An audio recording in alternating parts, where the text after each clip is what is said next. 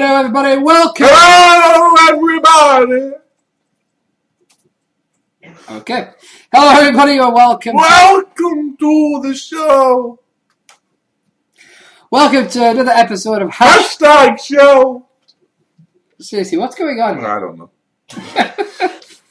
It is another episode of Hashtag Share, the weekly debate / discussion show. Well, we don't debate or discuss anything. And let's face it, we're not really that weekly, seeing as my router doesn't like me uploading videos. Although we are getting so we are getting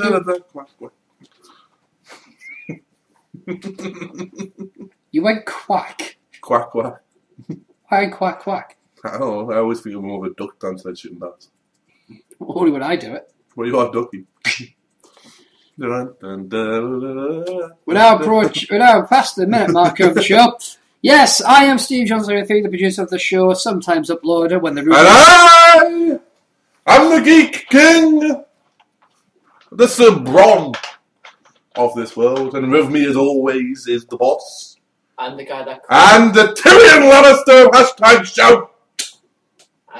The suited up Sith, the Pirate Pimp! And of course, the man who wishes he was half Deadpool, half Nightwing, Deathwing. The man who is half Deadpool, half Nightwing. Oh, Nightpool. No, Deathwing is the character. Deathwing, he actually named the character. Oh, yeah. He is, of course, Funkzilla himself! The man who created the show, people. I'm here. Funk, how you doing? I am very good, thank you You very call him much. no Walker One. Okay, I have cream soda. this is what happens when you watch Game of Thrones, isn't it? Yes. Yes. Or you're reading it. Yes, Or I'm both. I'm reading season 2 and reading I've neither book read 3. nor seen Game of Thrones. Not out of choice or anything, just haven't had the chance. I've heard He's nothing been but good busy things. doing boss stuff. Busy fighting with the Ah, router. gotcha! Busy fighting with the router to get 2 past episodes of I Shout got and Total Mark out of.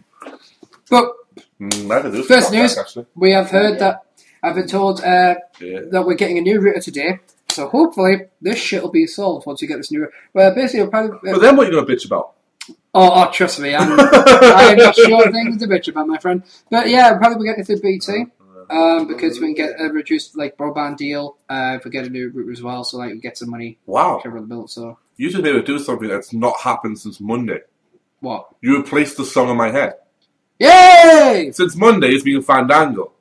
In my head, it's I Dream of Genie, or which I originally thought was Bewitched. And now, it's similar shows. That's what I said. Bewitched, she had the nose that wriggled. Yeah. But I, Jimmy Genie, just came out in a harem type outfit. I also had the Brooklyn dress like that once. Yes. And I saw Mila Kunis dress like that once. I'm happy to sit with my Heather Brooke, but believe it, I don't. That's so cool. And actually, I seen Jenna Hayes like that as well. Yeah, I think I saw that one. But nonetheless, and now it's the chicken song, the chicken dance. Yeah, well, let's get this out of the way. You guys have heard me talk about Halloween 455 before on this show. He is an LP who does horror games. He followed me on Twitter after quite a while of us talking in the past. And there was a bit of a running joke. They fell in love. I'll link you the video. He's in love. I'll link you to the video. So yeah, I'm probably going to have to re-upload that one as well because it's matched third-party content. So I'm going to have to re-upload it somehow. They're so fun. I can't You're a believe, believer. they are so protective over the Birdie song. You couldn't Of see all her if you tried. But anyway, this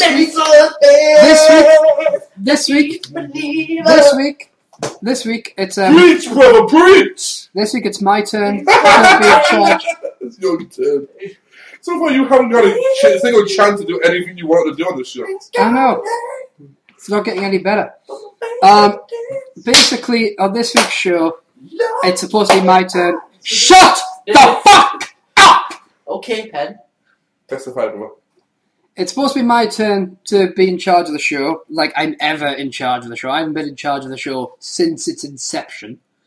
But really, to be honest with you, I'm having a pretty bad fucking week. It's not been my week. 30 soon, dude. So I'm not really.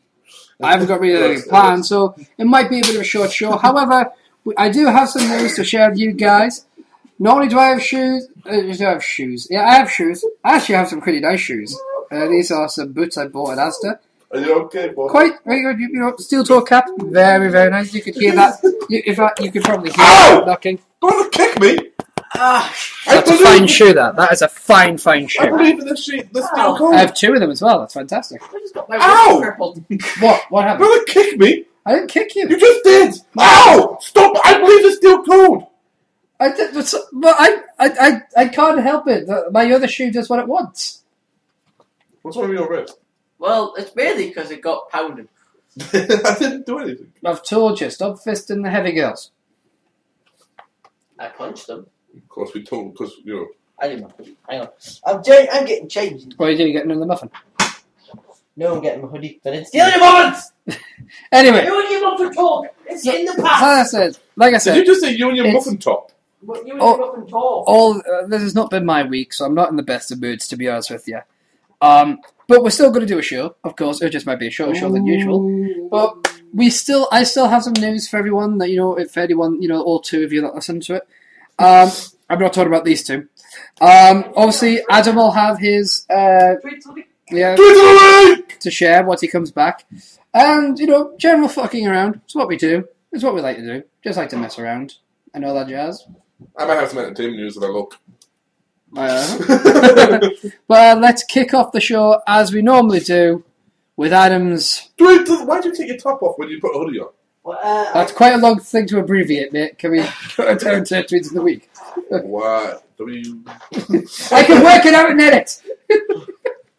I am not doing a jingle Top of what? Top what? tweets of the week, please. Top what?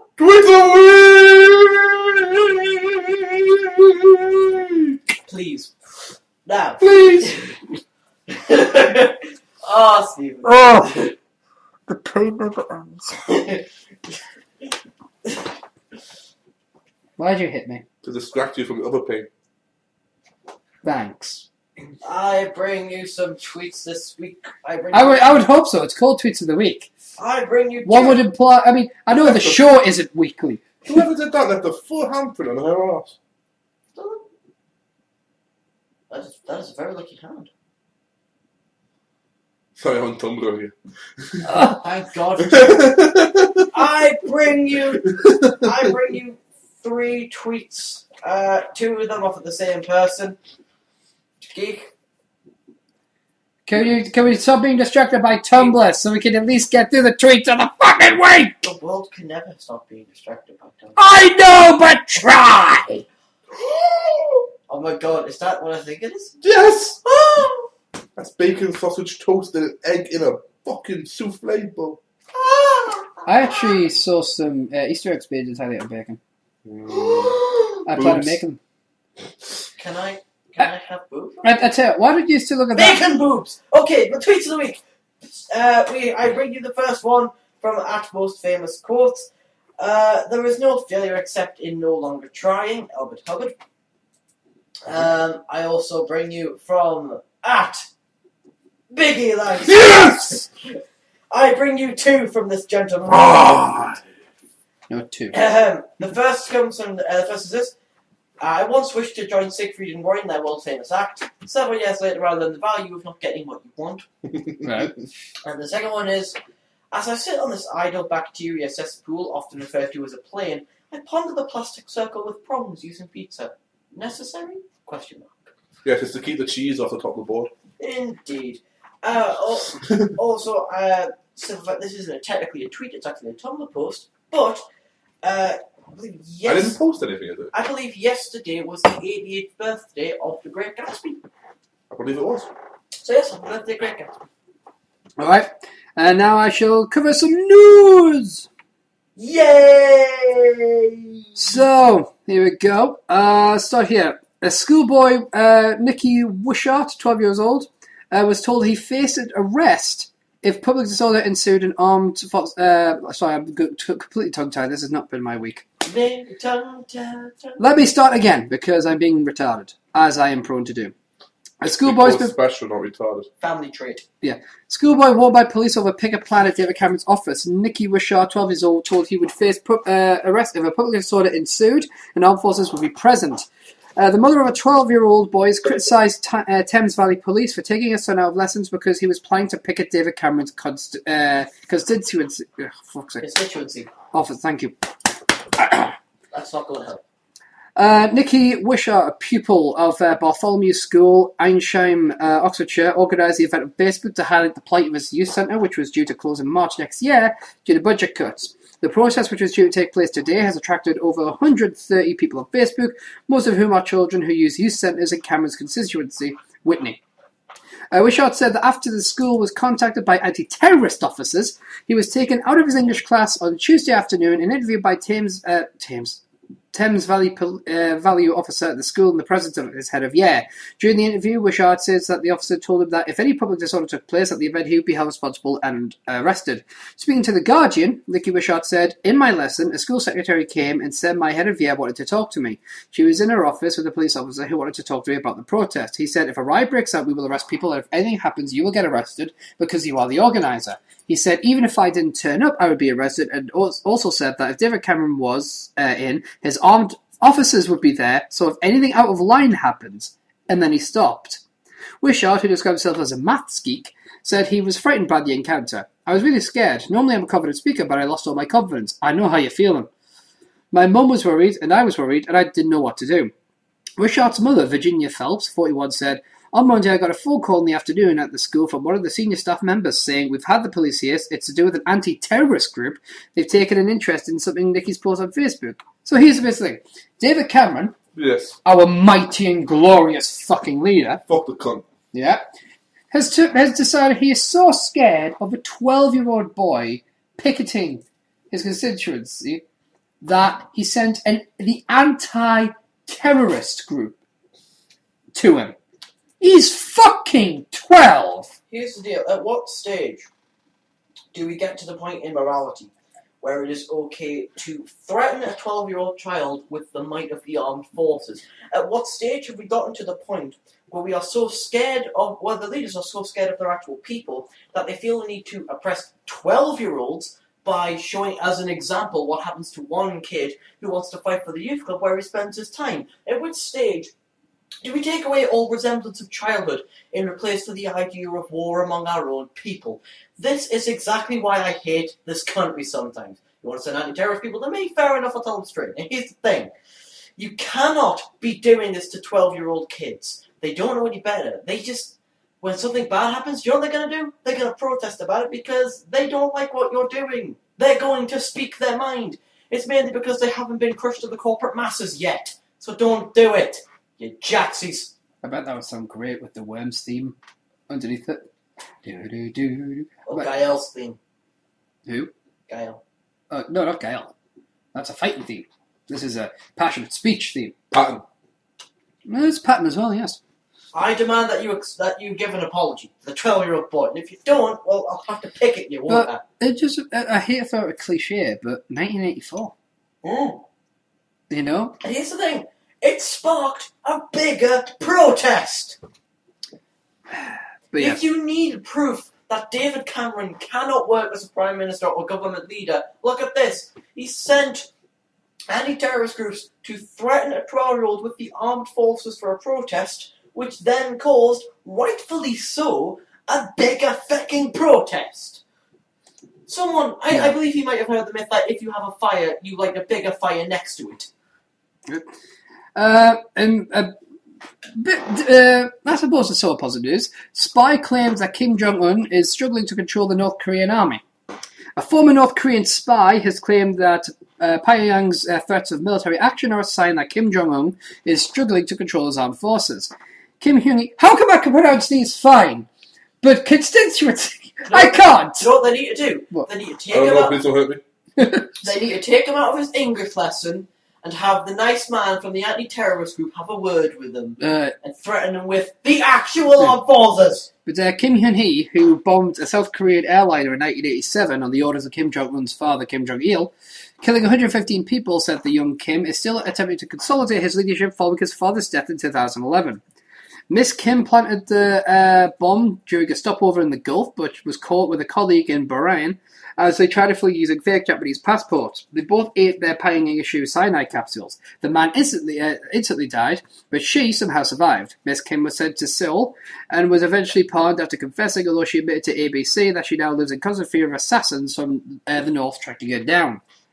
Kim Jong-un is too young and too inexperienced, she told Australia's ABC television from a secret address in Seoul. He's struggling to gain complete control over the military and win their loyalty. That's why he's doing so many visits to military bases to firm up support. It is not known what links Miss Kim still has on the North, and her assessment of the situation runs counter to that of other veteran Pyongyang watchers. So, yeah, did anybody not think this already? Can we all now just agree that the governments of the world have gone haywire? And a tiny bit. I am not speaking anything about anarchists. In more news, oh yay! We get to talk about this. In more news about Hey Ho, the Witch is Dead. Margaret Thatcher's funeral will have a Falklands War theme, and more than 700 armed forces personnel will take part in. Yes. You do know that's number 1 on the charts, right? What? Ding Dong, the Witch is Dead. iTunes number 1. Hey! That many people download it. I'd like to point out that it actually turns out they are going to have it's a bouncy castle, so that the kids that there can have something to do. Now 2 groups of miners are happy that she's gone. Wow, there was a similar joke going around, but it was to do with Jimmy Savile. Yeah, it's going to be Margaret Thatcher's funeral will have a Falklands War theme, and more than 700 armed force personnel will take part in it. Downing Street announced on Wednesday. I guess they couldn't exactly do a fucking miner strike theme. Army, Royal Navy and Royal Air Force personnel now serving on ships and regiments and units which played a key role in the 1982 conflict with Argentina will carry the former Prime Minister's coffin into St. Paul's Cathedral for the service next Wednesday. The 10 coffin bearers will be drawn from the Royal Marines, the Scots Guard, the Welsh Guards, Parachute Regiment, Royal Gurkha Rifles and the RAF. The Welsh Guards suffered some of the heaviest losses in the war. 32 were among 48 British troops killed when the Sir Galahad landing ship was bombed by Argentinian jet. Really? A Falklands? Really? Do you know how much it cost them? How much? $3 million. £3 million. Jesus And Christ, who's paying? For that we could fund the youth clubs. No, the Foreign Secretary said we can afford to pay this. Oh, did he now? Yep. Foreign Secretary can kiss my ass. Sideways. Foreign Secretary came out yesterday, I believe it was, despite the cost being £3 million, and said that, where's the surprise? Said that we could afford this because of the to give her the justifiable. It depends who you ask. She said split polar, and I don't want to get into it because I know people on both sides of the fence. Yeah. Well, speaking of this, if I just jump over to here, David Cameron has branded some reaction to the death of Baroness Thatcher as pretty distasteful. Really, cunt! That's like me saying, yo, don't call me a cunt, that's slightly immoral. I also want to point out, there was something that amused me. You both have probably seen this. Piers Morgan went on Twitter. Yeah, I saw this. It said, it's distasteful to talk about the dead Margaret Thatcher in this way. To which this boss of a lady, and I can't remember her name, I will look it up, said, "Aren't you the guy that hacked the dead girl's voicemail?" Right. That is just beautiful. I will find who you are. I sent her a message basically saying, here, this is for you. This is the internet. You deserved it. I'm going to put it down this way. Yeah. It was pointed out to me on Twitter by someone. It wasn't pointed out to me, but on Twitter it was pointed out. No matter what you think of the woman, remember at this point in time, she was a mother and a wife. They're all the people who are grieving at this point. Yeah, but it's this... Yeah, him having to come out and say it. This is the one that gets me. The Prime Minister said he thought the majority of national feeling was to grieve for the loss of a great leader, but conceded the section of society did not agree. The section of society? Us, Cameron. You mean the North? Have people. Have the balls to fucking say it. The North. You fucking uptight, contemptuous, evil, selfish, greedy, fucking ignorant prick. You are lucky we do not live in the French Revolutionary times, or I swear to God your head would be on the block. And by block I mean street cities. I don't want the army coming and threatening. And just to add to this wonderful stuff, the government's raft of controversial welfare reforms will take almost £19 billion a year out of the UK economy, and hit Northern England hardest, researchers say. Yeah. Residents of the Lancashire resort town of Blackpool will lose out more than anywhere else in Britain when changes to the benefit system kick in, academics of Sheffield Hallam University said. Former industrial areas, including Middlesbrough, Liverpool and Glasgow, will also be disproportionately affected. However, wealthier I don't need areas... to correct you again. Yeah. I think it's Hallam. Whatever. Will be disproportionately affected. Wealthier areas, predominantly in the south, such as Cambridge, Surrey and Cotswolds, will see the smallest financial losses. Of course it's Well, good for the south, isn't it? It's good for the people who live down in some of the richest parts of the country, in which they are near the people who want to keep them safe. It's good that we elected into power a group that want to keep the rich rich and the poor poor. And it's very good that we also did this after knowing they wanted to do this. And it's also, I love it. The only reason they got it was because people went, well, I'm not voting Labour, I'm not voting Tory, fuck it, I'll vote Lib Dem. Yeah. That was the only reason they got it. Otherwise, and even then, Labour couldn't, fucking Gordon Brown couldn't use his fucking intelligence that he claims to have to make it so that the Lib Dems would all go over and sign his fucking treaty of fucking, yes, I'll take it up the arse, instead of the fucking Tories. Yeah. Labour could have done, because if we wouldn't be in the position we are now, we wouldn't be in the all fucking clear. But, you know, we'd be somewhere else, but no. Everyone knows the Conservative Party care about the rich. It doesn't matter what they tell you, but because they don't want to go with Brown, the Conservatives are smart enough. Here's the way you look at it. The Conservatives are Sith, not cool Sith. They're the kind of Sith that will look you straight in the eye and say, you got two choices. Do what I tell you because it's to your benefit, or do what I tell you because if you don't, I kill you. Those are your two options. You might believe that they've got your best interests at heart. They might be able to persuade you. But the rest of us, no different. They're going to fuck you either way. It's just how long do you want to live before they kill you? Anyway, into some odder news of the week. Villagers who were digging flower beds for a Village in Bloom competition sparked a major incident when they unearthed a Second World War bomb. Wow. Army explosive experts were called into Nufferton near Driffield in the East Riding of Yorkshire after villagers found the inert 2-pound aircraft bomb beneath the grass verge. I'm going to blow that is. Yep. The area near railway tracks was cordoned off to prevent vibrations on trains, setting the device off, Humberside police said. A phone was sent to the Army bomb disposal crews who took the device away. And unfortunately didn't put it under Cameron's house. A Taiwanese television news station has apologised for airing footage of the Queen while reporting the death of former Prime Minister Margaret Thatcher. I bet the fucking Queen loved that. Oh, CTI cable flashed a headline saying Margaret Thatcher dies of stroke and showed 2 clips of the Queen shaking hands at the public. The station apologised for the views criticising for failing to distinguish between the two women. News producers for Thailand's army-owned Channel 5 apologised for showing actress Meryl Streep's picture in the segment. So it wasn't even the real Queen! For nearly 2 minutes, it displayed Baroness Thatcher's biography alongside a picture of Streep in character for the Iron Lady. It wasn't even the real fucking... No, it's 2 different ones. So they showed the Queen, and then they didn't even show the real Thatcher. Yeah. No, they had 2 choices, there are 2 chances, and they fucked them both. Adam, this is going to hit you hard. Thieves thieves might really have sticky fingers. I hate you already. A police said that an unknown number of culprits made off with 5 metric tons of Nutella chocolate hazelnut spread from a park trailer in the central German town of Bad Hersfeld over the weekend. The gooey loot. Stop! Adam, it's in Germany. Oh, great. I'm going to start another fucking war.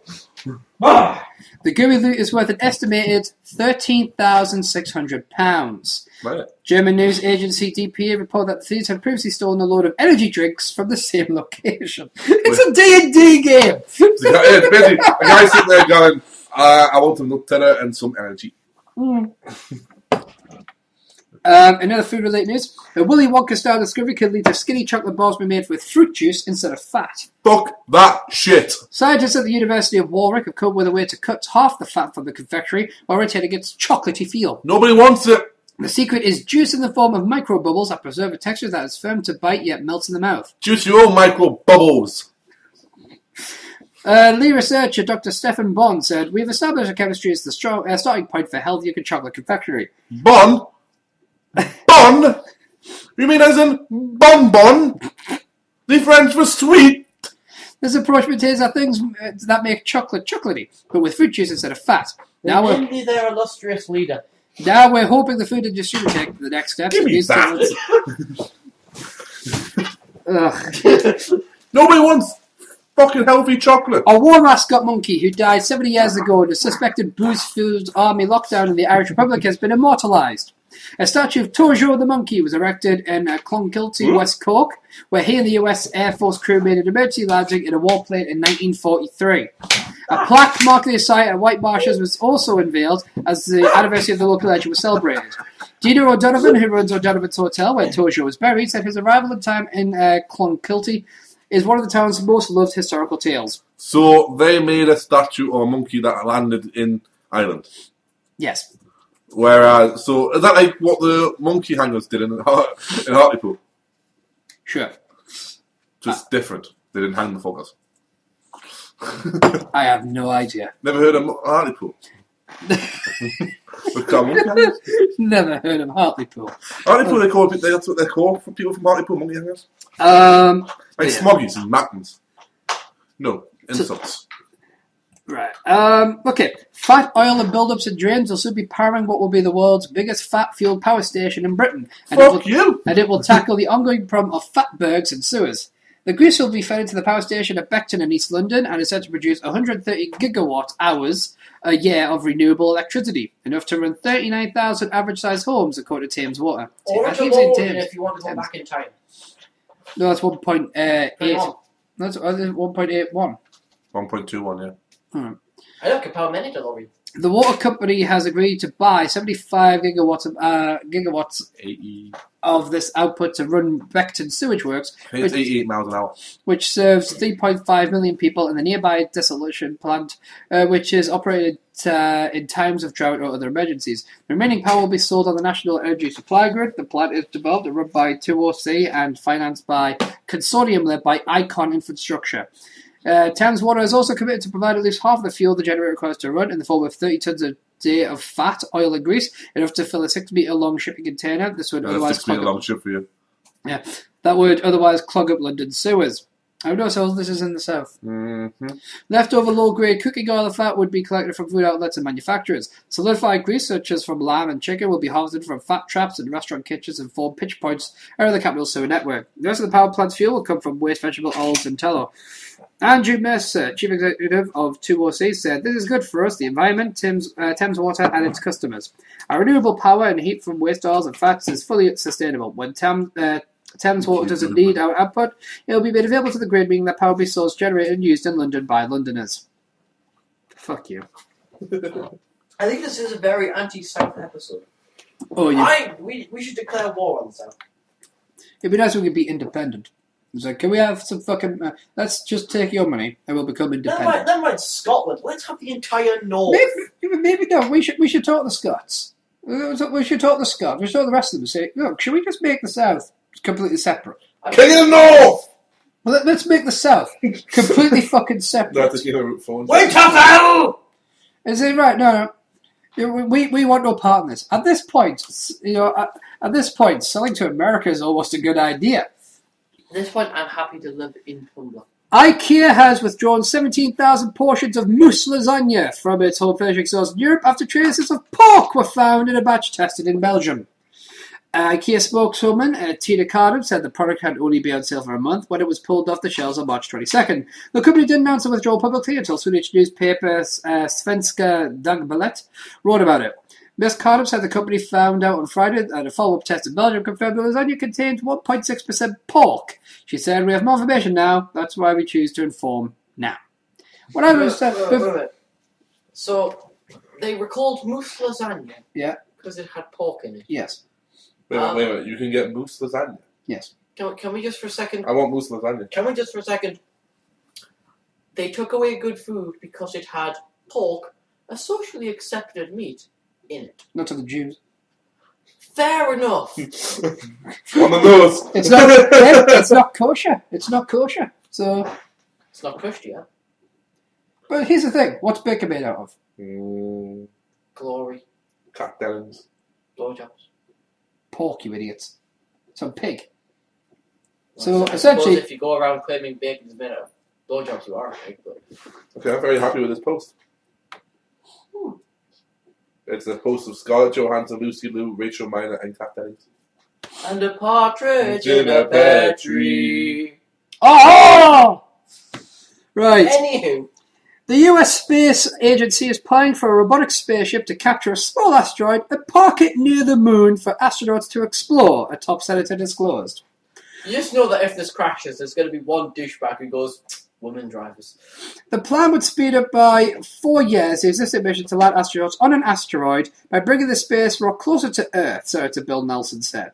The robotic ship would capture the 500-ton, 25-foot asteroid in 2019. Then, using an Orion space capsule now being developed, a crew of about 4 astronauts would nuzzle up next to the rock in 2021. The spacewalking exploration, according to a government document obtained by the Associated Press. Mr. Nelson said this would help NASA develop the capability to nudge away a dangerous asteroid if one headed to Earth in future.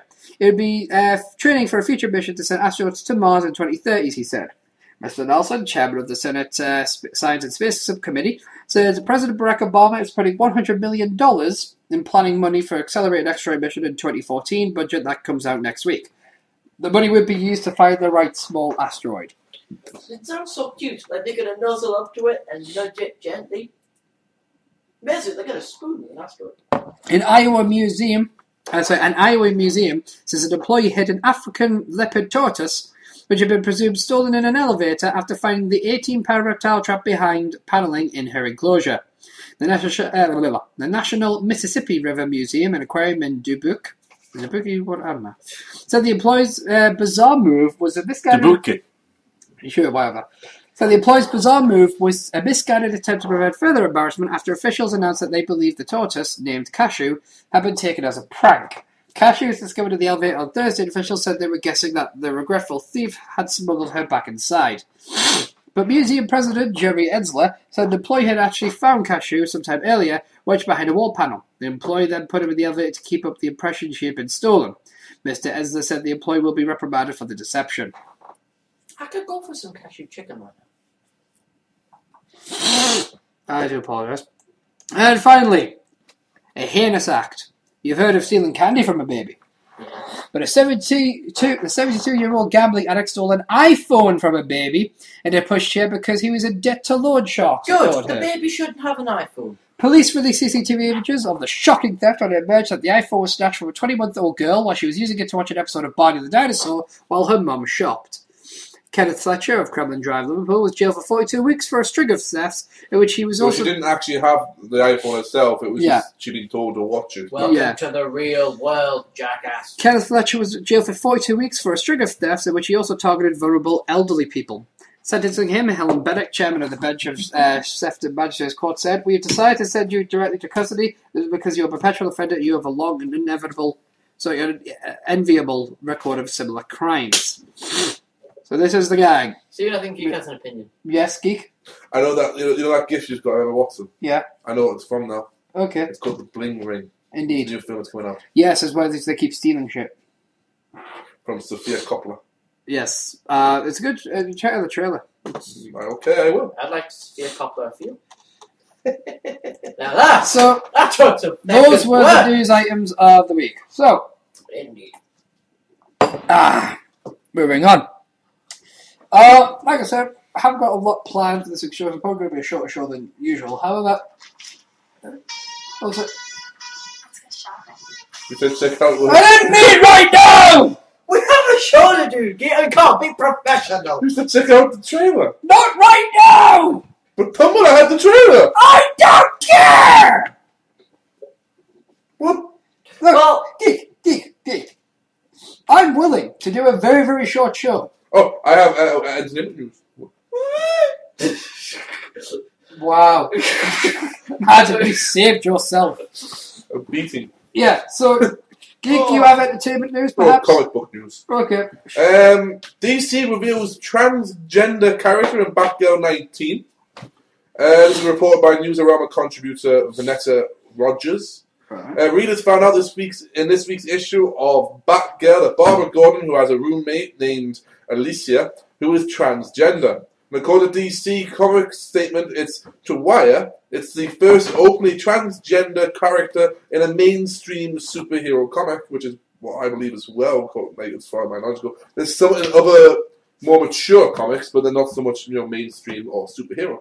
Yeah. According to Batgirl writer Gail Simone's statements to Wired, several characters have achieved gender fluidity through fantastical means like magic, shape shifting, brain swapping, and cloning. Those characters exist, and that's great. But I wanted to have trans characters who aren't fantasy based, and I feel like there's a lot yet to do. She said. While DC refers to her as the first transgender character, Newsarama pointed out in DC 2012 that the heroic DC character Shining Knight was out as a transgender Demon 14. However, the Demons issue was published without any fanfare about the character's admission of being transgender. In fact, the hero's outing was so accepted and remarkable to comic book fans that the issue's writer Paul Cornell stated it's great that a DC character can come out as transgender and not exciting for much comment, very refreshing. Yeah, the reason I think it didn't pick up anything, mate, was because no one reads it.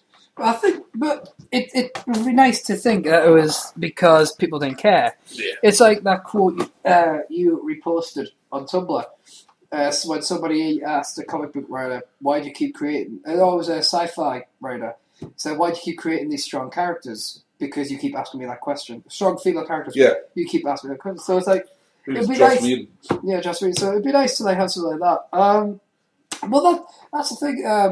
Transgender though, it's very much where it's isn't it when you don't see yourself as a particular gender or you. Because that's because you got all these different terms. A trans is when you have a sex change, generally. Yeah, well, it's a sex difference. Yeah, Yes. I mean, because you got all these terms out. Like you got asexual, which is when you don't have any sexual interest whatsoever. Sheldon Cooper.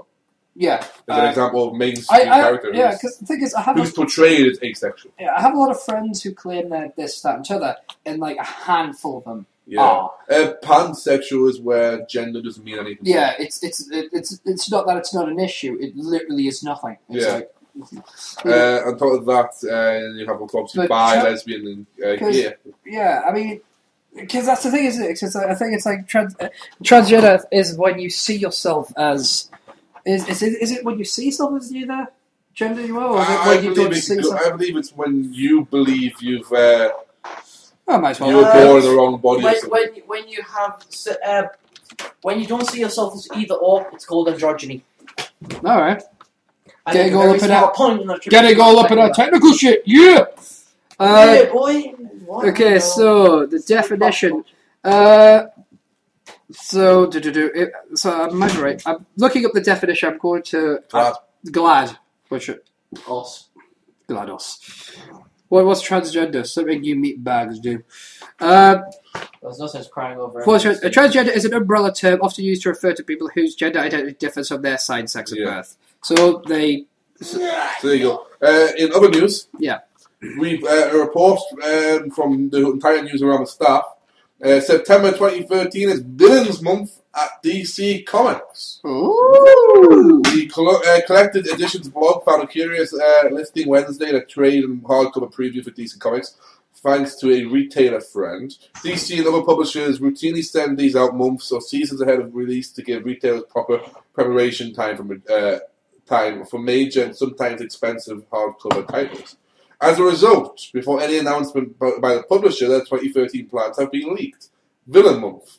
Every ongoing comic in New 52 will receive a new number one and a new star. A bad guy. Ooh. In September, continuing their now annual tradition of major events that month. Fair to say. I love when you say bad guy like that. A bad guy. Especially when you do it like the whole, Tony... and the whole Tony and the Razor Ramon. So what to the bad guy? In September 2011, DC Comics rebooted their entire universe, releasing 52 first issues that started every month for their heroes. In 2012, the publisher used the first month of the fall, autumn. Right. Autumn. First month of autumn. Why do they call it fall? Because the leaves fall. Yeah, gravity doesn't, work in spring and all. No, that's why they do it. Yeah, I know. I'm just saying gravity doesn't work in America. Yeah. To release 0 issues, which told origins of other tales set in the past. The news comes from a listing of another new annual tradition of DC, an omnibus hardcover collecting every issue they publish in September. DC New 52 Villains Omnibus. In September 2013, Evil took over as every title in the universe, published special new number ones featuring the villains of the DC universe collected here in a massive hardcover. A giant-sized hardcover omnibus collected a collection of the special villains issues published line-wide in 2013, spotlighting the greatest villains of the DCU. No further information, like exactly how many issues the DCU has been shy of the 52 quota in the last 2 months of limitations. What villains or creative teams is yet available. Late last month, Warner Brothers and DC announced a documentary titled Necessary Evil, Villains of DC Comics. In the initial press release for the film, DC Chief Creative Officer Jeff Johns, who you read anything about comics, you know who Jeff Johns is. The Blackest Night was his brainchild. No, right. He pretty much set up, and before that he was reading The Flash, and now he's in charge of anything creative for DC when it comes to other media. Okay. It's time we deconstruct these complex and sinister antagonists and celebrate the role they play as the engine and energy of some of the greatest storytelling in comics. 2013 is the year of the villain at DC Comics. Very nice. DC at the time could not be reached for word. Well, there you go. Batman Games News.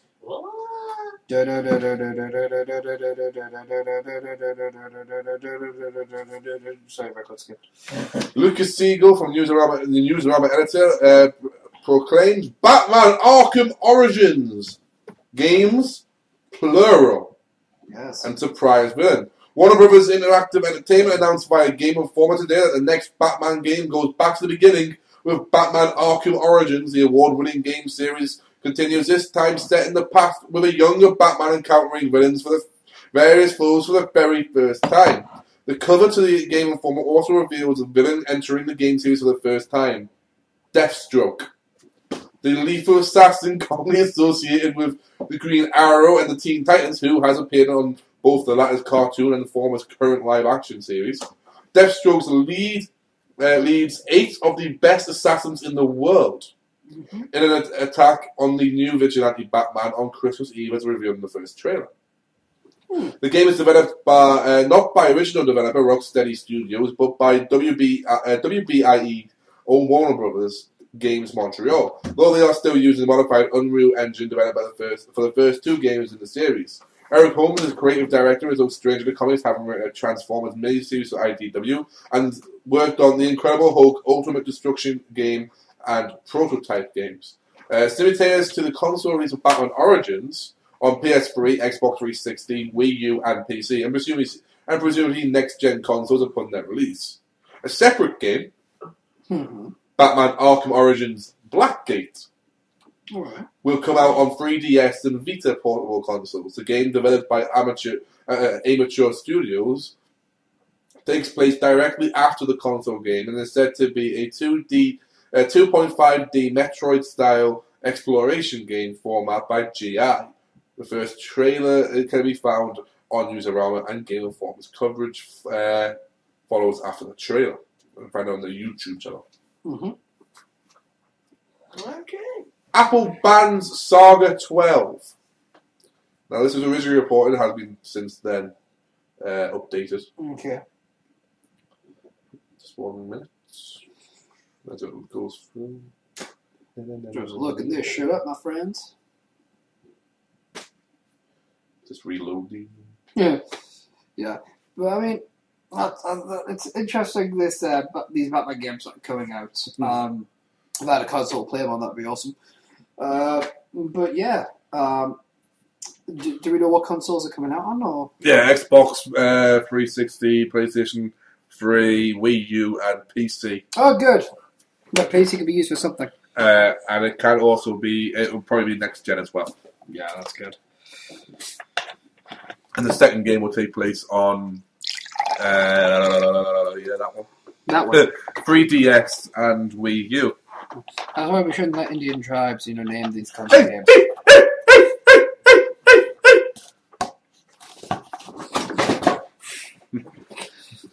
What the hell?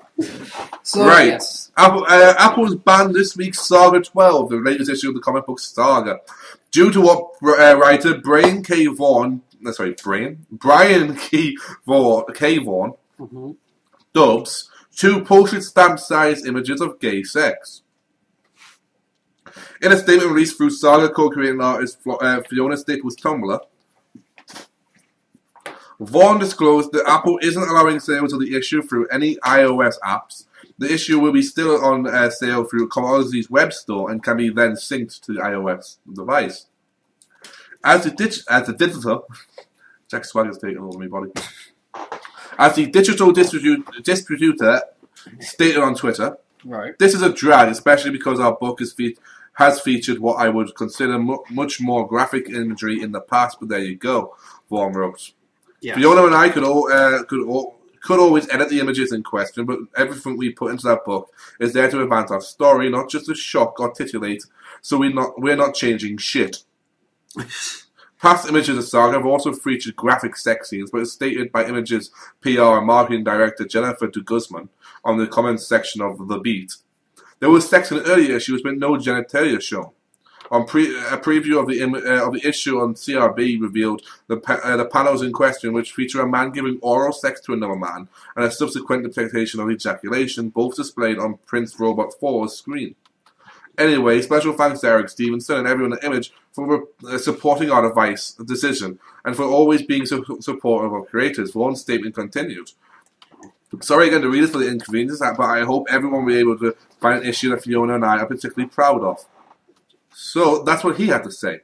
However, later on, I believe it was a couple of days, the Saga 12 saga continues today with a strange twist. According to Comixology CEO David Steinberger, Apple never banned the issue.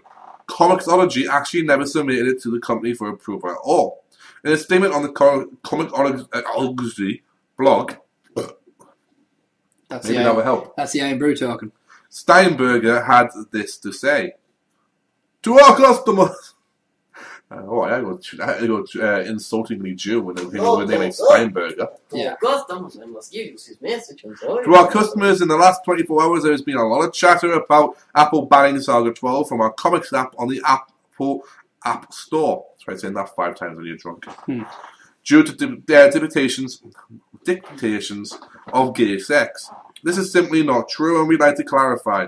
As a partner of Apple, we have no obligation to request its policies for apps and the books offered in apps. Based on our understanding of those policies, we believe that Saga 12 could not be available in our app, and so we did not release it today. We did not intend the content in question as do not interpret the content in question as involving any particular sexual orientation, and frankly, that would have been completely irrelevant consideration under any circumstance. Given this, it should be clear that Apple did not reject Saga 12. After hearing from Apple this morning, we can say that our interpretation of the policies was mistaken. You'll be glad to know that Saga 12 will be available on our app soon. We apologize to Saga creator Brian K. Vaughan at Image Comics for any confusion this may have caused. All the best. David Steinberger, CEO and co-founder of Comixology. There is no express indication or explanation why the 2 depictions of gay sex from Saga 12 would potentially violate Apple's policies when previous sexual content in the series didn't. However, through de Guzman's previous mention of sex without visible genitalia is likely the relevant reason. As Steinberg said, the issue will be available on iOS apps soon. So, basically, the app itself, the guys behind it, said, Apple won't allow this, and said we're not putting it on. Controversy kicked off, and as often happens, oh shit, we'll put it on straight away, and it goes some bullshit. Yeah. So basically, all this could have simply been avoided if people had just manned up and stopped being such pussies about everything. Yep, pretty much. Right. So... if you just turn around and say, this is why we didn't do it. Absolutely. Star Wars news! Star Wars news, yes. OPED. It's okay if Star Wars Expanded Universe gets... Are you ready? Yeah. Oh, you ready? What's it gonna get? What you think? A movie? TV series?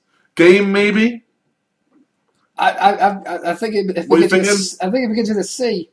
Well, what are you gonna go with? Cancelled? No. Funk, what are you thinking? Oh, I'm thinking TV, movie, weekly animated TV show. Rebooted. What? Wait, which is this one? The expanded universe of Star Wars. Oh no! The entire history that has been created since A New Hope was first released as Star Wars in the 70s. I'm out. I'm going to go get a sandwich. As a Star Wars fan, this is reported by Lucas Seigel, news editor, as a Star Wars fan who was really got into the only really got into the expanded universe in the last 4 years or so, that was a hard headline to write. I dove in head first thanks mostly to this excellent Clone Wars animated series and the Force Unleashed video games. If these two things could be so much fun and bring so much depth to the Star Wars universe, then why not the comics and books? Since I've read at least 50 Star Wars novels and had... since then, I've read at least 50 Star Wars novels and had to give a rough estimate and somewhere in the 400-500 range of comics. Yes, that's a lot of one property. I've also gone back and replayed Star Wars Knights of the Old Republic. Is that what you were playing, boss? Yes, well, I was playing Knights of the Old Republic, KOTOR. Yes. The new game, I don't think it's called KOTOR 2. I don't know if it's like Knights of the Republic. Because I played Knights of the Old Republic and they have very similar titles, so I think it might be Knights of the Republic. And have a high level, though not max character in the current MMORPG Old Republic. Maybe that's what it is, the Star Wars the Old Republic. Yeah. And that keeps me coming back to the world. I've been to 2 Star Wars Celebration conventions. I was at the final day of the old Star Tours ride, and the opening day of the new Star Tours, The Adventure Continues. And yes, I've seen every possible destination and installation of the excellent Disney ride. So yes, I absolutely love Star Wars, and more importantly for this piece, I love the EU. I'm just going to short it down to EU because I'm assuming he may use it for quite a while. Yes. The wealth of the Star Wars lore and how well it fits into multiple genres, telling heartbreaking stories right along rip-roaring action, humor next to disturbing darkness is astounding. Now, with Disney's purchase of Lucasfilms, there was a lot of speculation and rumour of what will happen to the EU. The ending of the Clone Wars and closing of LucasArts, the company's game division, along with the reduced staff at ILM, and uncertainty about the future of Dark Horse Comics license with Lucasfilm, all these plenty of room for doubt. What happens to all these stories? When Star Wars Episode 7 comes out and contradicts the excellent Thrawn trilogy and New Jedi Order novel series, or when Han Solo and Boba Fett features hits and erase other stories from the comics? And I come to realize it'll be okay. The easiest way for it to accept it for the Star Wars fiction fan, though don't you ever forget Star Wars is a fantasy first despite its sci-fi trappings, is to simply embrace the concept of alternate realities. Sure, we say how the story of After the Return of the Jedi progressed already. We see moments within the Great Jedi Purge between trilogies, and we've had characters with origin stories and backgrounds, and even their family histories for thousands of years fleshed out. Heck, we now even know who the very first Jedi were and how they chose to stop studying the dark side and move into the light. They've been Republic commandos and a world made of the Force. There have been fierce Sith armies and lost distant relatives of heroes that have household names. There have been some absolutely amazing stories in the EU. In all likelihood, when Star Wars Episode 7 hits, it will have some similarities to some of those stories. It may have some similar and downright identical characters. It will carry similar themes. After all, Star Wars is Star Wars. But there is equal likelihood that it will functionally wipe out the EU as we know it, and that's okay. So, and the guy goes on to explain this. But I wanted to read that main part. Yeah. Because that main part to me makes a lot of fucking sense. You know why it's okay that this can get rebooted? And why we can... Because the guy is going to make sequels to the original trilogy. Yeah. 30, maybe 40 odd years after the original film. Yeah. Nobody knew. There was always talk when Star Wars came out there was going to be 9 films. Yeah. Lucas was going to have 9 films. And we're going to start off here, then we're going to the earlier ones, and then we're going to the later ones and find out what happened to them. But in between that period of time, Lucas went, nah, I'm going to do 3. And then the EU expanded. And then he went, I'm going to do 3 more, actually. I think I can do the prequels. Yeah. And then the EU expanded even more to, like, previously. Yeah. And now they're going, well, he's not going to do them, but we know there's still that people want to see the stories. Because I do. As a huge Star Wars fan, to a man who is, we are going to trilogy someday soon. the original trilogy, we won't sit down and do 6 because, oh, God. Yeah. I would have to watch Attack of the Clones again. Nobody should have to watch Attack of the Clones. And as a man who loved playing the games when I got the chance and loved reading the books when I get a chance and loved reading, I get lost bad enough as it is during a Wikipedia search for anything. Yeah. When I put Star Wars in there and pick a character to look through the history, yeah, and then I pick another character, it's that web of fucking deceit that Wikipedia has of you. You get lost into the fucking pit hole of dissent. It's like Labyrinth. Yes. Except that's David Bowie. It's like Inception. Yes. You think you've got through the first dream, it turns out it's still the fucking second one. Like, I can fucking understand that movie. I tried. I'm going to watch it again just to see if I can.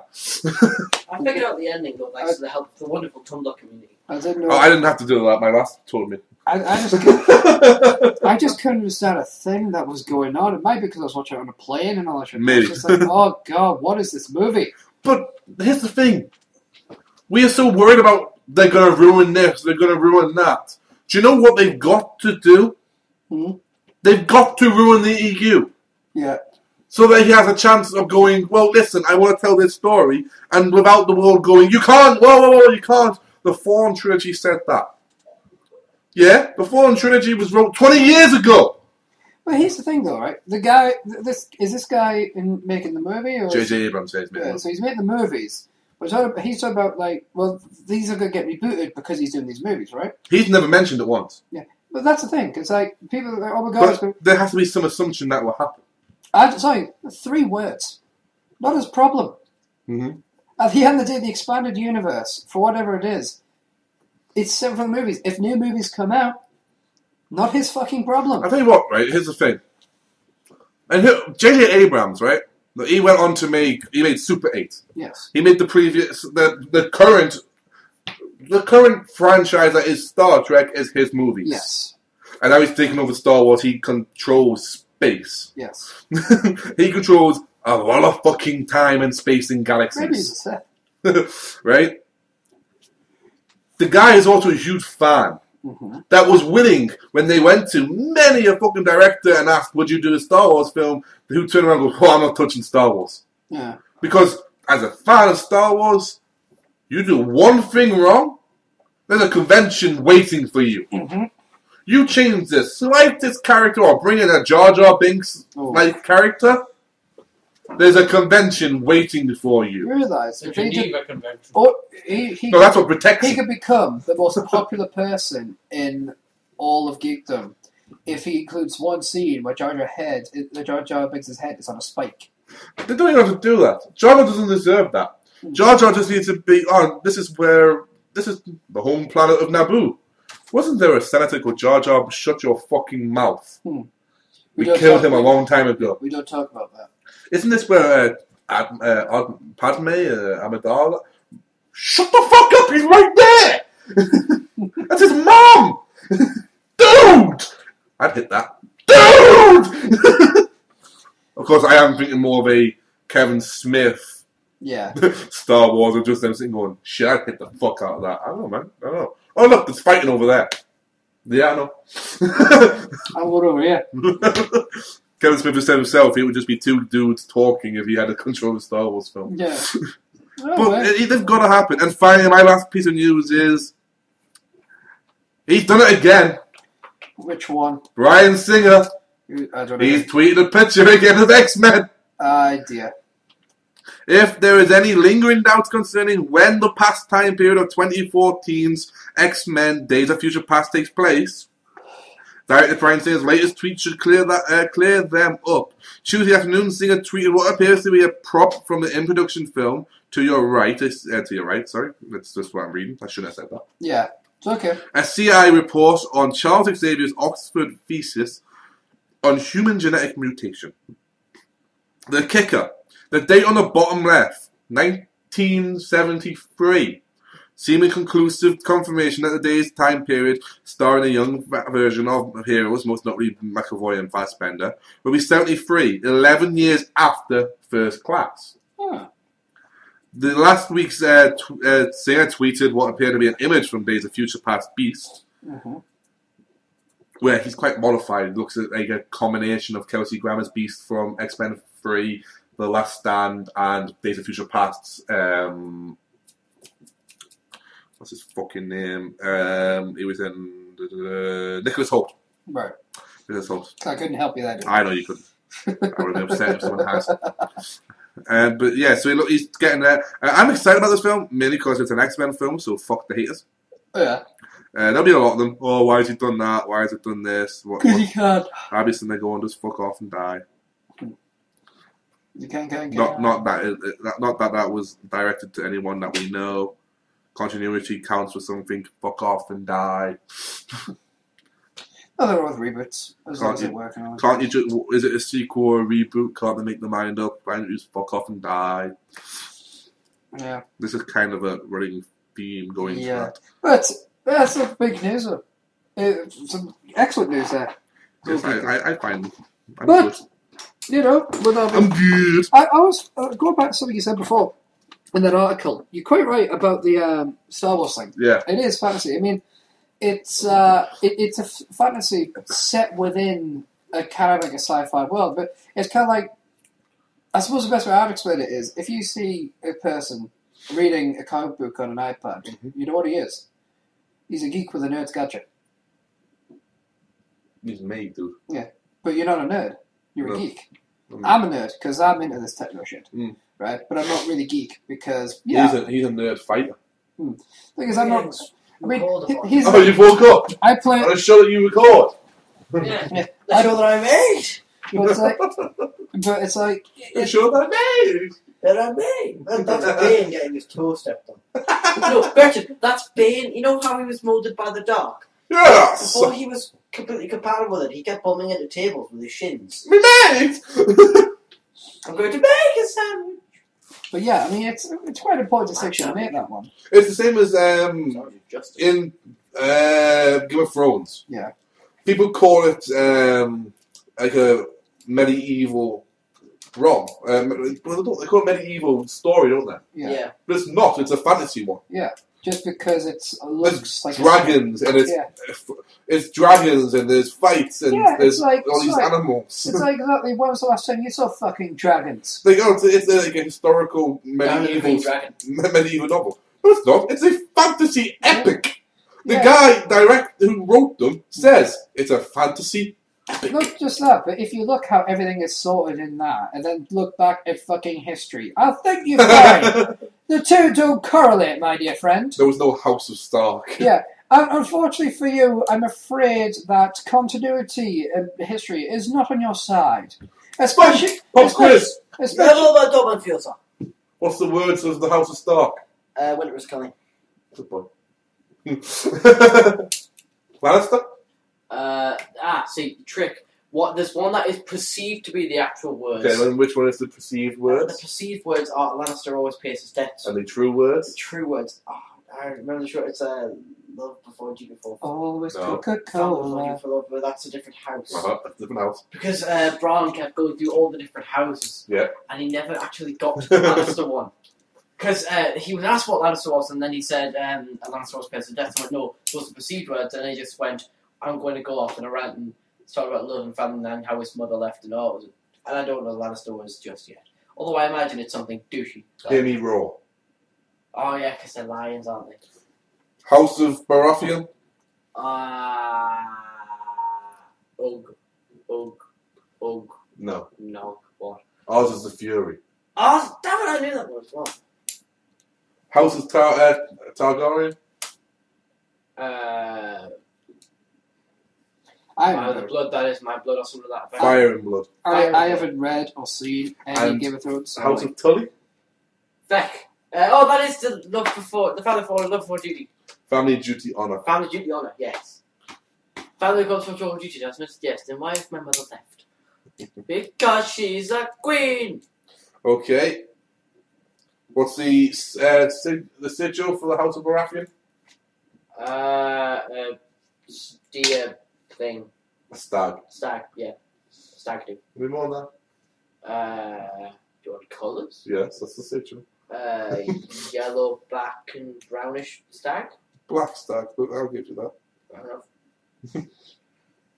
I really have no idea on this one. I'm just kind of And watching. the House of Lannister, what's the say, Joe? I've just seen it.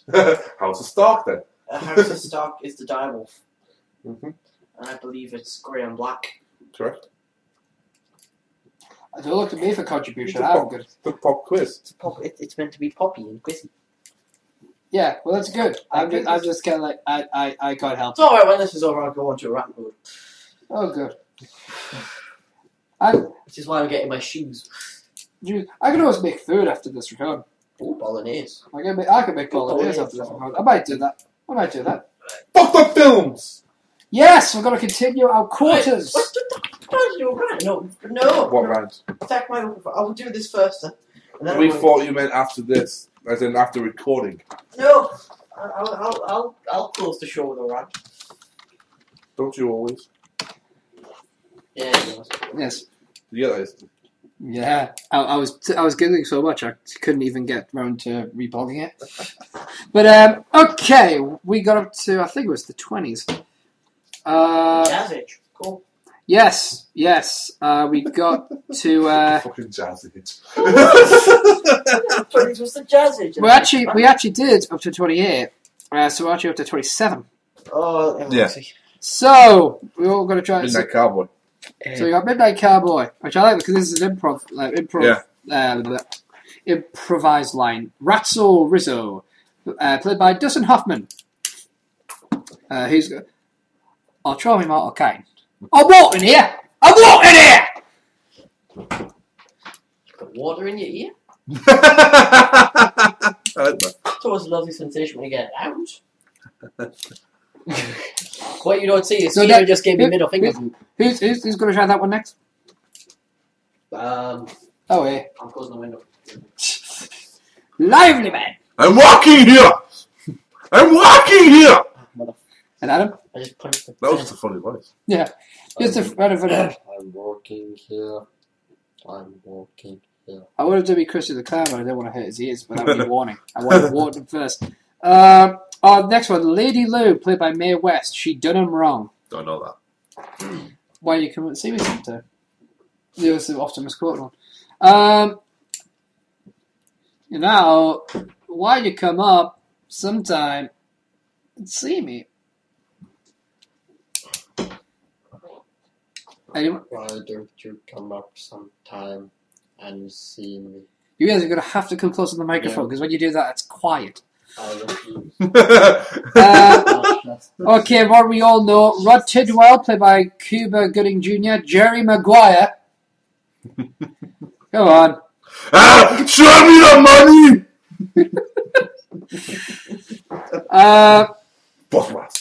Let's see. Okay, Dorothy Gale, played by Julie Garland, The Wizard of Oz. This one. Look, what's that? You can do it.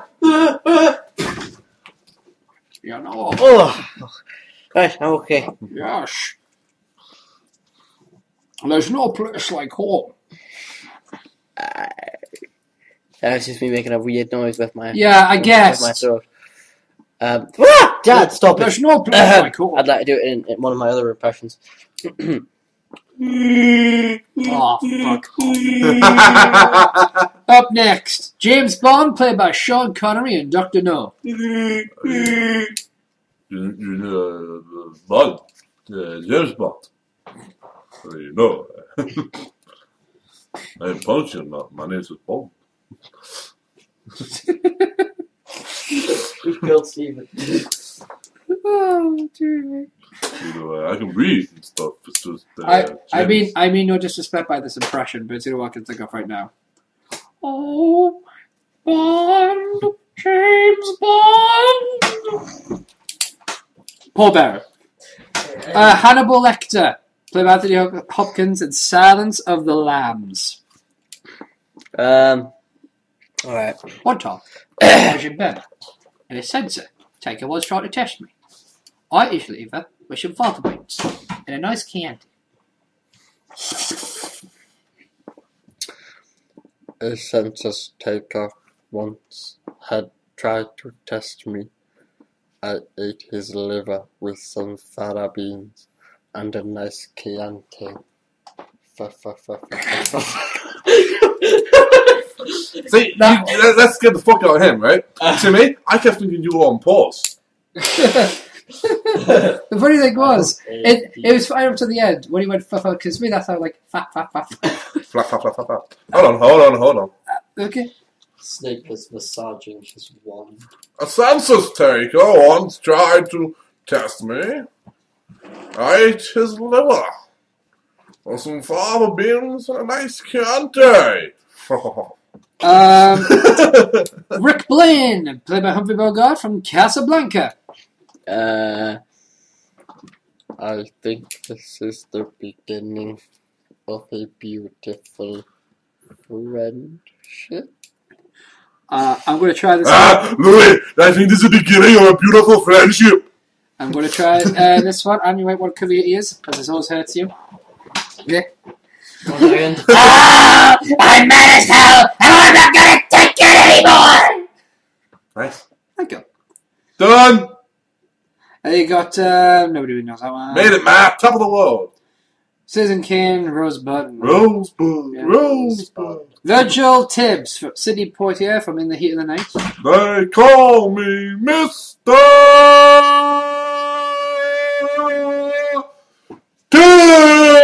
Tibbs. Wait for it. Wait for it. Wait for it. Gary. Tibbs. E.T., played by Pat Welsh. E.T. Von Home. E.T. Von Home.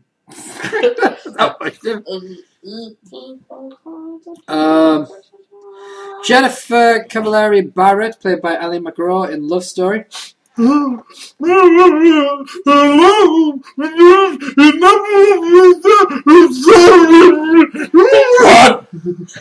I tell you something now, boy.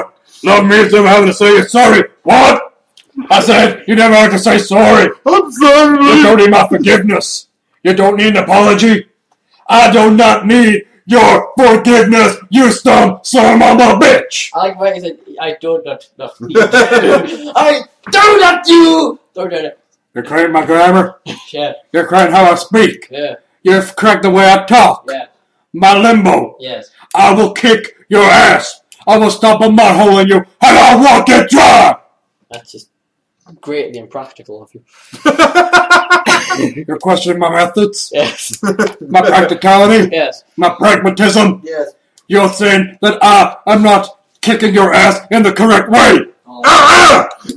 That's something you just don't do. I'll tell you what I'm going to do because I'm feeling nice. I'm feeling kind, feeling generous, feeling like I'm being a good person. I'll share a drink with you. A brewski, a beer, some drinks made out of hops. And then we're going to take a drink, 2 drinks, 3 drinks, 4 drinks, 5 drinks. We'll fall down, we'll pick ourselves up, we'll have a tequila, we'll have another beverage which is alcoholic. I said, get you drunk, boy. I said, get you drunk, boy. I says, oh my God, it'll get you so drunk, you'll think you can take on Stone Cold Steve Austin, but you can't take on Stone Cold Steve Austin, because BAM! Hit you with a stunner. BAM! Hit with 2 stunners, and then I'm going to drink a beer, 2 beers, 3 beers, 4 beers, 5 beers, then I'll fall down, I'll get back up, then BAM! Hit you with this. Sucks! Who wants some? Okay, geek. Put the camera stand. My knees!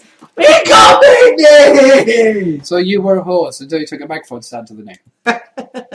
I'm sorry, internet. Okay, Right. so that was that one. No internet for you. How about we did this last one? Lieutenant Colonel Bill Kilgore, played by Robert Duvall. Apocalypse Now. Geek, you order. Which one to do? That's only fair. I think you get to do this one first. Okay. Were you preparing for something there? Yes, I'm preparing to make sweet, sweet love to the corner of this room. Well, it's It's my room. That's why it's not his. I love to smell napalm in the morning. It smells like... Ooh, the nate! Why would everything be about AIDS with you, Arnie? Why not? You see my maid? She lets me put it in her anywhere I want to, and sometimes she has a child when she's not supposed to. We know. No! You are not allowed in this film. This is my film. I did your film, now you can fuck up. What do you mean? I mean, what did I do? I don't know. I did Expendables 1 as a favor to you. Expendables 2, you did a favor to me. Now, please disappear. Expendables 3 is me and all these lovely women. Okay. Next one. Captain, from played by Strother Martin. Cool Hand Luke. Oh, yes, I like this one. I think what we got here is a failure to communicate, to talk, Oh, God. to pass information. We don't have And that really are when you're laughing. I says hard when you're giggling. I'm going to hit you with the title. Because you're cheap, son. You're cheap. Oh shit. Hey, boss. Well, we have here is a failure to communicate. And we've got to end on this one. Travis Bickle, played by Robert De Niro. Taxi driver. Are you looking at me? Okay, we have to. Okay. So, you got to do the full. Are you talking to me? I had to do the Easter.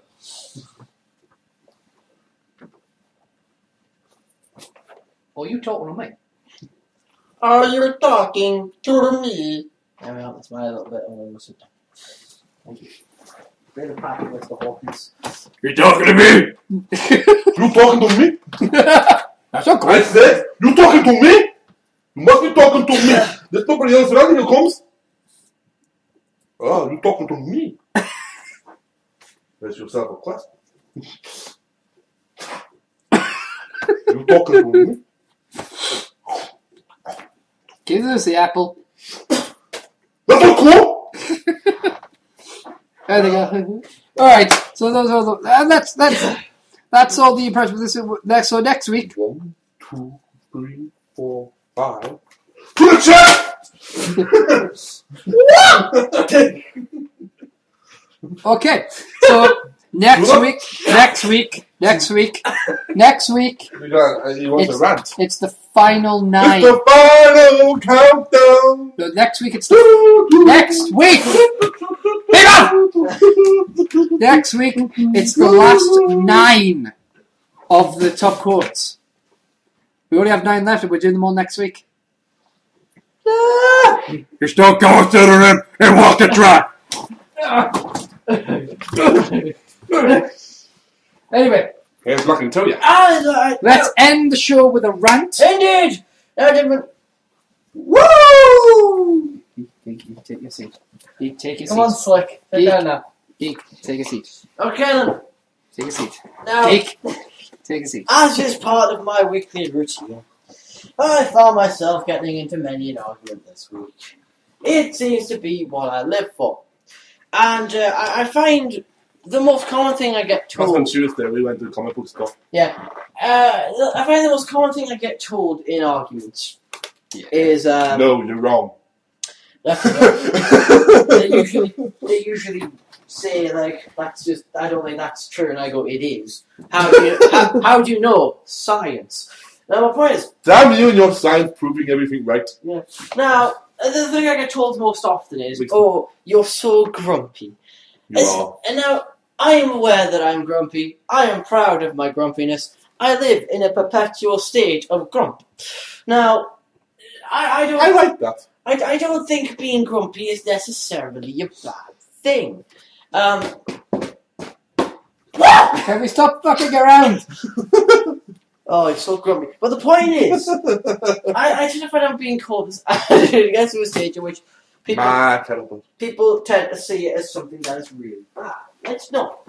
Now, I'll explain why. Firstly, the reason being grumpy is okay. Because Dick! The belt is not your penis. Now... But maybe I'm just happy to see you. Well, go see a doctor then. Because, 1, it's unwieldy, and 2, it's a bit off. Swear to God, just get us. Now, the point is, being grumpy is not necessarily a bad thing, but the simple reason of being grumpy allows you to see things a bit differently. when you are grumpy, you see things for what you perceive to they Like are. extra camera angles on porn. Yes. It's a bit like...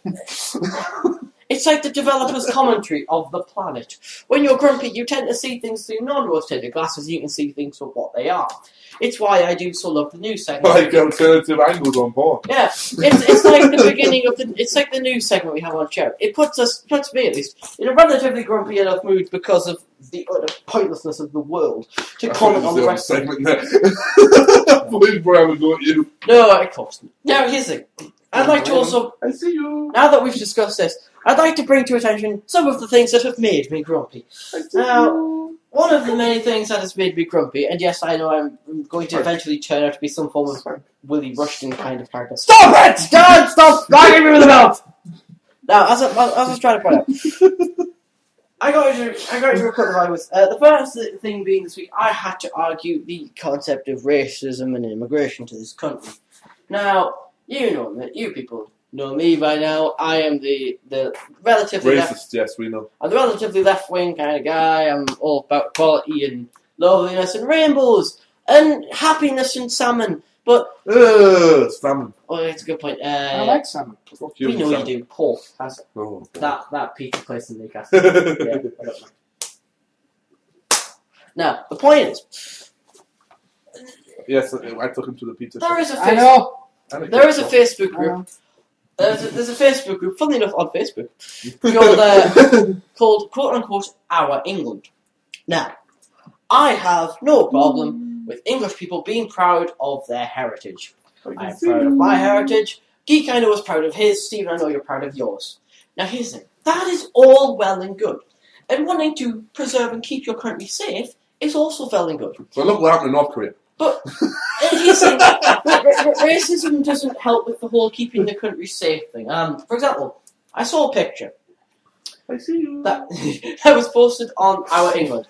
And it was a picture of I believe, Arabic Middle Eastern lady who was sitting on the bus in her, you have to put, like, the burqa and all that kind of stuff.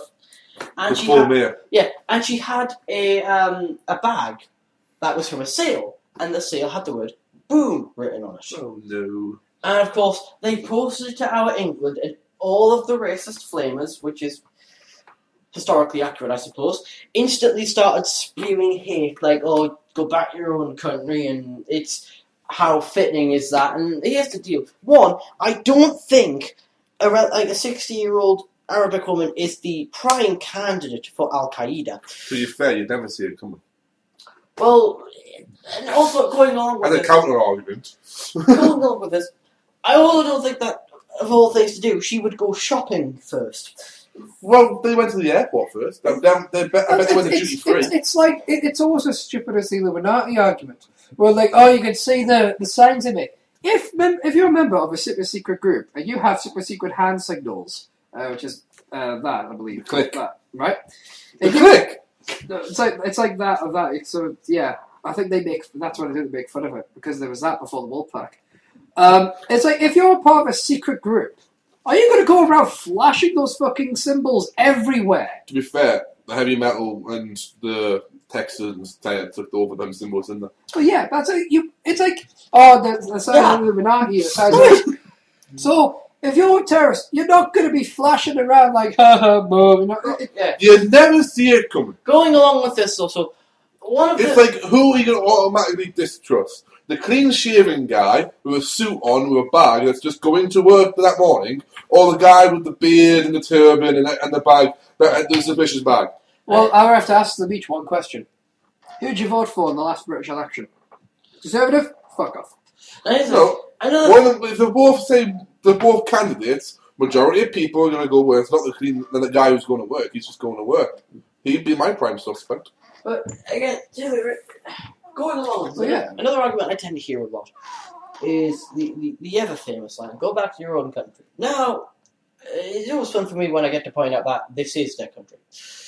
They live here. The minute you come here and you set up shop here, it becomes your country. You really want to do that? Yeah, they want to help our economy, let them help our economy. No, they're not.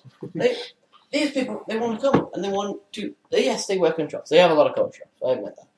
And yes, they're predominantly run clothes shops instead of Caucasian males, but it's employment. It happens. I don't necessarily it's an argument. I'm unemployed. I can say employment doesn't happen. It's an argument I heard from a friend of mine who, for his own dignity, remained nameless. But he said to me the reason he was racist towards, as he called them, Pakis. Lovely friendly term.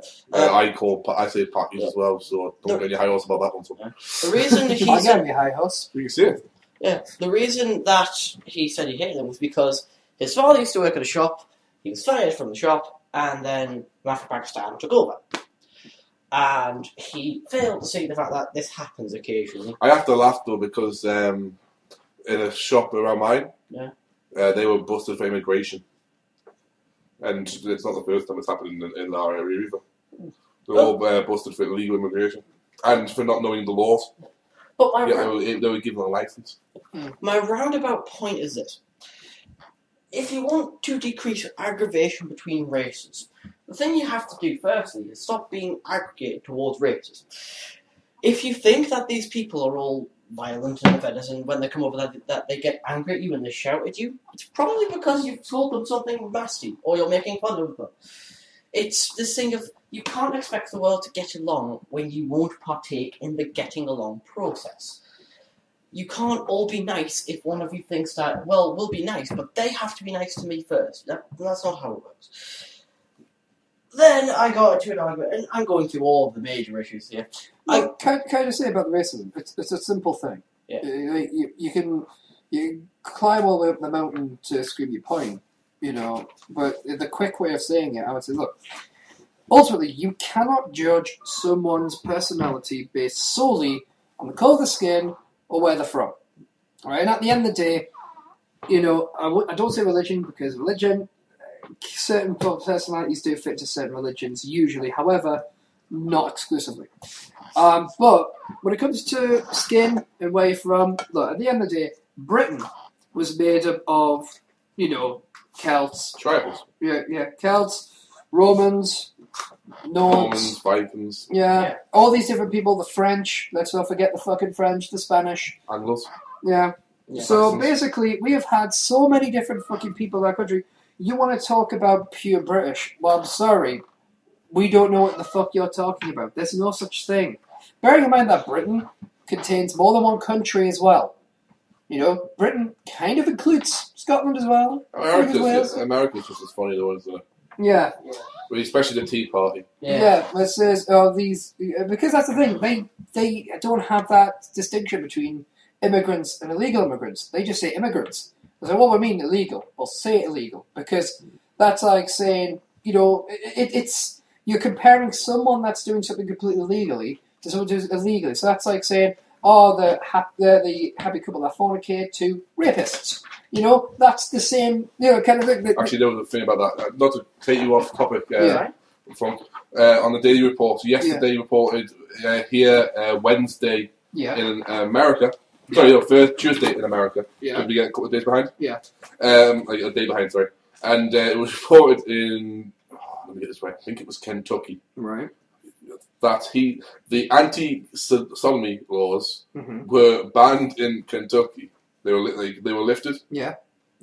And one of the fucking representatives in Kentucky has appealed for this to be put back in place because he believes, and I'm not even fucking making this up. Yeah. He believes that oral and anal sex in any form, including not just gay sex, but in married life, or in a young couple who are fornicating, like you say, so in any relationship, is wrong. Well, this man is clearly in need of a practical demonstration.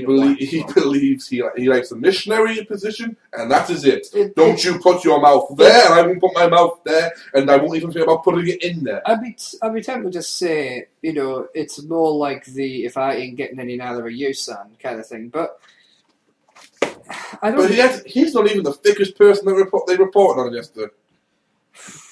Tennessee, the volunteer state, as it's called. Mm-hmm. Their representative for education. God, this is going to end well. Said, if children fail exams, or produce lower than a percentage, Yeah. then their family should be stripped of welfare for that month. Okay, just Now, you can understand that. Get a day on, get completely failing in school. Yes, take the $900 away from a month they get. Oh, wait a minute, they only get $180 welfare a month. Tennessee, you are wrong on so many levels. Your whiskey's good, It but gets better. oh, geek, my prophet of utter retardedness. Do you know why? This man has been quoted saying, like the first word that comes out of here. You ready? Go on, hit me with it. AIDS happened when one guy had sex with a monkey and then went and had sex with another dude. This man, who was in charge of your education for the state, I actually now know who you're talking about. I'm going to have to. Tennessee, declared that. I'm going to have to quote Dave Chappelle. You're acting like a real bitch now. I'm going to quote Dave Chappelle. Seriously, dude. Like they say that this happened because a guy slept with a monkey and then slept with another man. Once you slept with a monkey, that's it. You're out of the sleeping with people game. You sleep with monkeys now. It's kind of like, I'm not going to grab you guys. I'm going to spend the night with Chin Chin. That is a clear life decision. Jon Stewart was great though. He goes, first of all, I always thought the guy in the yellow hat was up to something, and he showed a picture of Curious George, and like his carrot, I was in fucking stitches for about 5 minutes, and then he ripped on him. Yeah. Speaking of sex, I got into another wonderful debate. Was this when me and Cracker left on Monday morning? Did you and Boss have a sit down? No. It's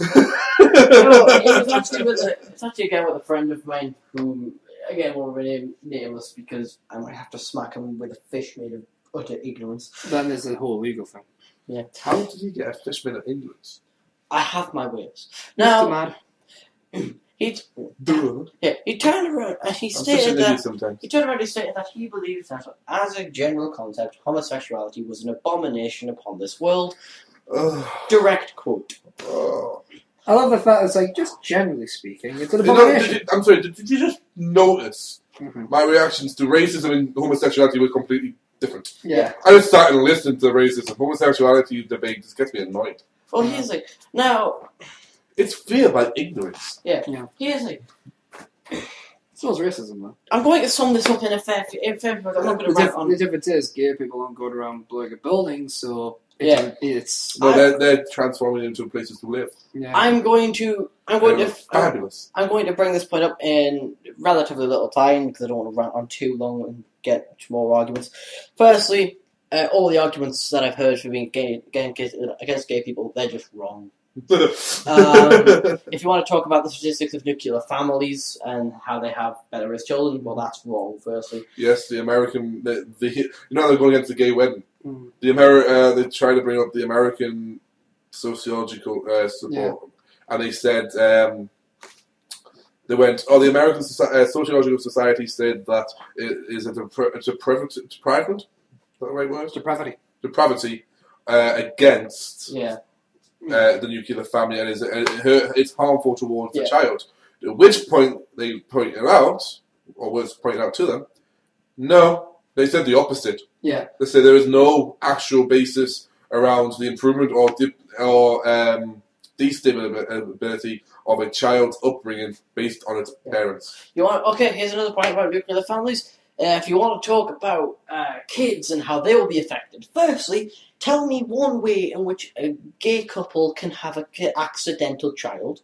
Secondly, that way we want it would be aborted, because I know that's another wonderful procedure you people don't like, but I'm getting ahead of myself. That was something else. We'll get back to that one because I'm feeling that's an argument you had later on. Yeah, but this. Also, the really fast. Another argument here is, well, the child's obviously going to get bullied. Because, I mean, if it's got two dads or two mans, well, firstly, if it's got two mans, it's kid. Like, the first one I'm going to go, cool. If it's got two dads, right? Here's the kids aren't genetically made to hate homosexual couples or to hate people from other races. Hatred is taught. Like, when I meet kids at schools, all they really want to do is draw flowers and drink milk. That's it. They don't sit there and want to. They don't want to go gay bashing. It just doesn't happen. I'm reminded of, not that I don't like him at all, but every now and then he pulls out a belter. I'm reminded of Scottish comedian Frankie Boyle. Frankie Boyle. Says, my dad will beat your dad. My dad will beat your dad. Hey, my dad will fuck your dad, and your dad will like it. Yeah. And of course, if you want to talk about it, you can also go with the idea that it is against human nature. Or question. One, actually, I got heard this because of natural law ethics. Here's the thing about homosexuality. Again, for what you could go to the top of the mountain and scream all you want. Keeping it simple, what I would say is, again, if you don't like homosexuality, that's fine. Don't fuck someone that's basically. If you have a pee-pee, don't fuck another person that has a pee-pee. If you're against homosexuality, it's okay. It's like tattoos. Yeah.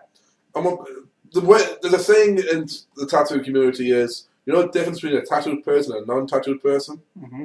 A tattooed person doesn't ask, where'd you get your skin from? Yes. And then maybe touch you.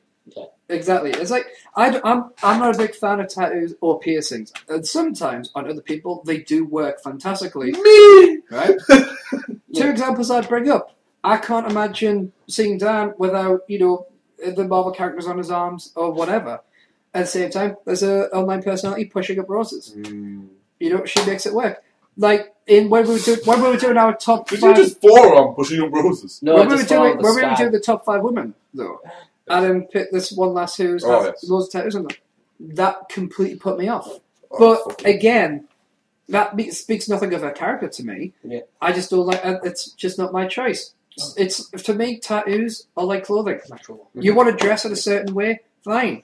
Yeah, and to me, it's the same thing with homosexuality. Yeah. You know the difference between homosexuality and a straight dude? Mm-hmm. A gay dude won't come up and go, how dare you be straight? Yeah. But with natural law, and getting back to it, natural law ethics is this special brand of ethics which as it pretty much says what it does in the title, it works on what is natural for the environment. And I hear people go, well, it's not natural. And I go, it is. Not necessarily for us, but dogs, to prove their dominance to females, will sleep with another male dog. It's a weird kind of like, this is just the starter, you're the main course kind of idea. Well, but when it's doing a male, it's a non... It's like, it might as well be fucking dry humping, The fact is, when it comes to homosexuality, and when people say, it's not natural, my response is, we're in the 21st century. We can Look fly. the fuck around. Yeah. Do you know what's the best? Here's the best one, right? Mm-hmm. As you were about to say, we get in a big giant machine that flies from one place to another. Yeah. That ain't natural.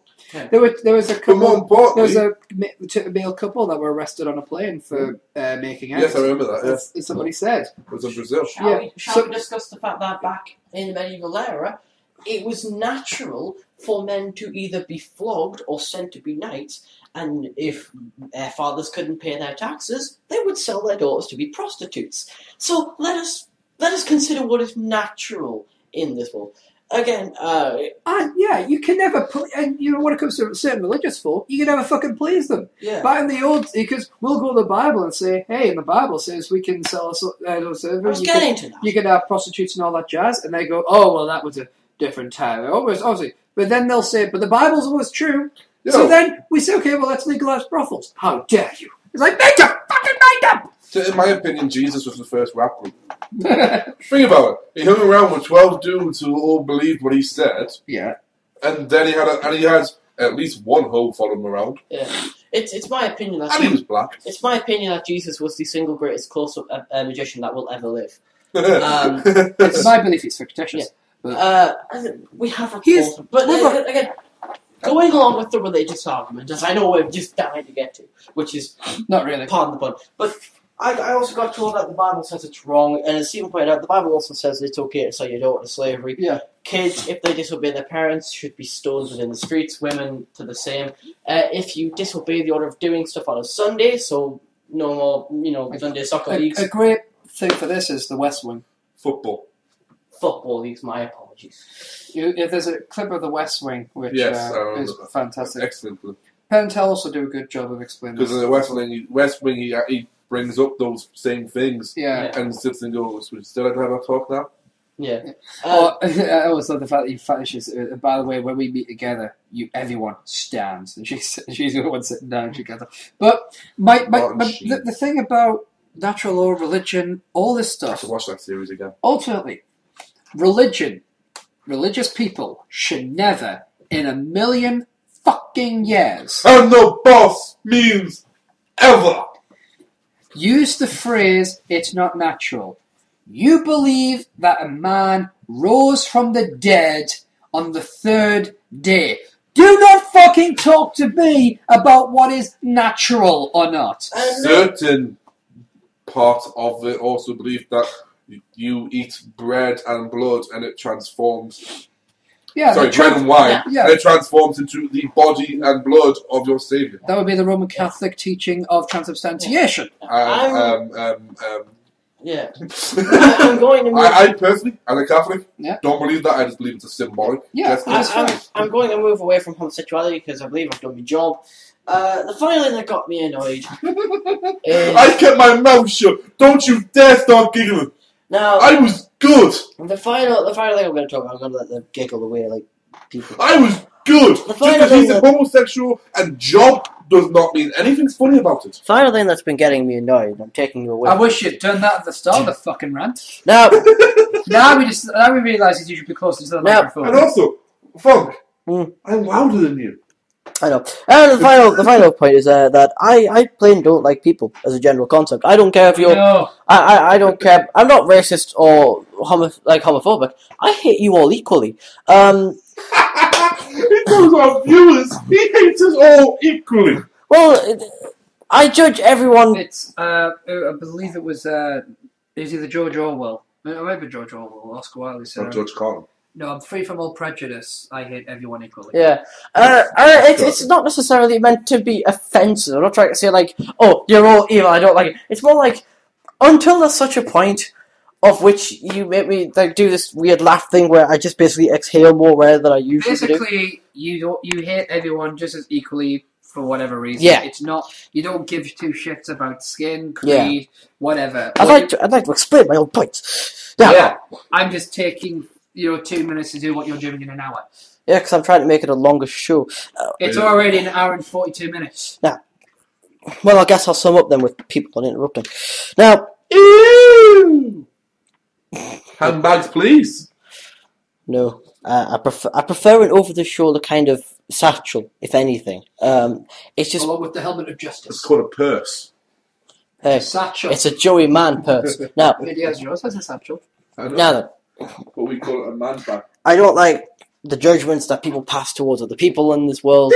I don't like the violence we pass towards those people. I don't like most of the things that people do to other people because basically we're just a group of judging, violent buggers. So, what I'm going to say is I hate you all equally, and yet I all love you equally. And I hope you get mildly inconvenienced. Well, Funk, What? it didn't make sense. Shush. You hate them all equally, but you love all of them equally. Yes, So you all love them. and I hope you all get mildly inconvenienced in the face. I I'm thought we left homosexuality. well, You get straight blowjobs.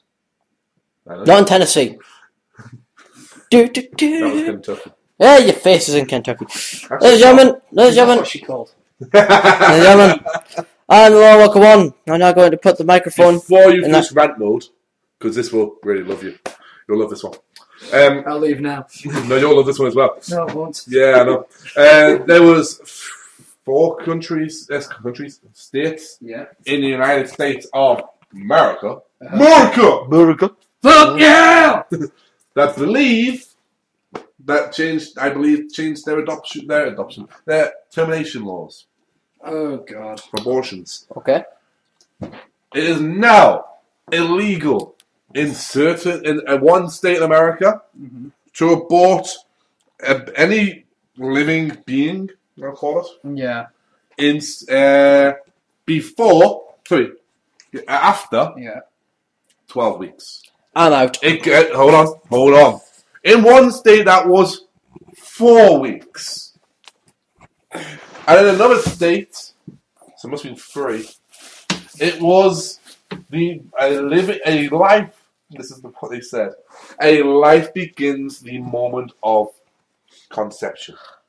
Okay. It was illegal for abortions. If we go by that argument, then you must argue that a sperm cell and an egg cell are both completely fully functioning living beings. Therefore, masturbation is one of the most immoral genocidal acts one can commit. That's not what conception is. Yeah, they're saying conception. They're not actually saying. They're not saying that the sperm and the egg, as it's happening. I mean, as soon as the sperm and the egg fertilize.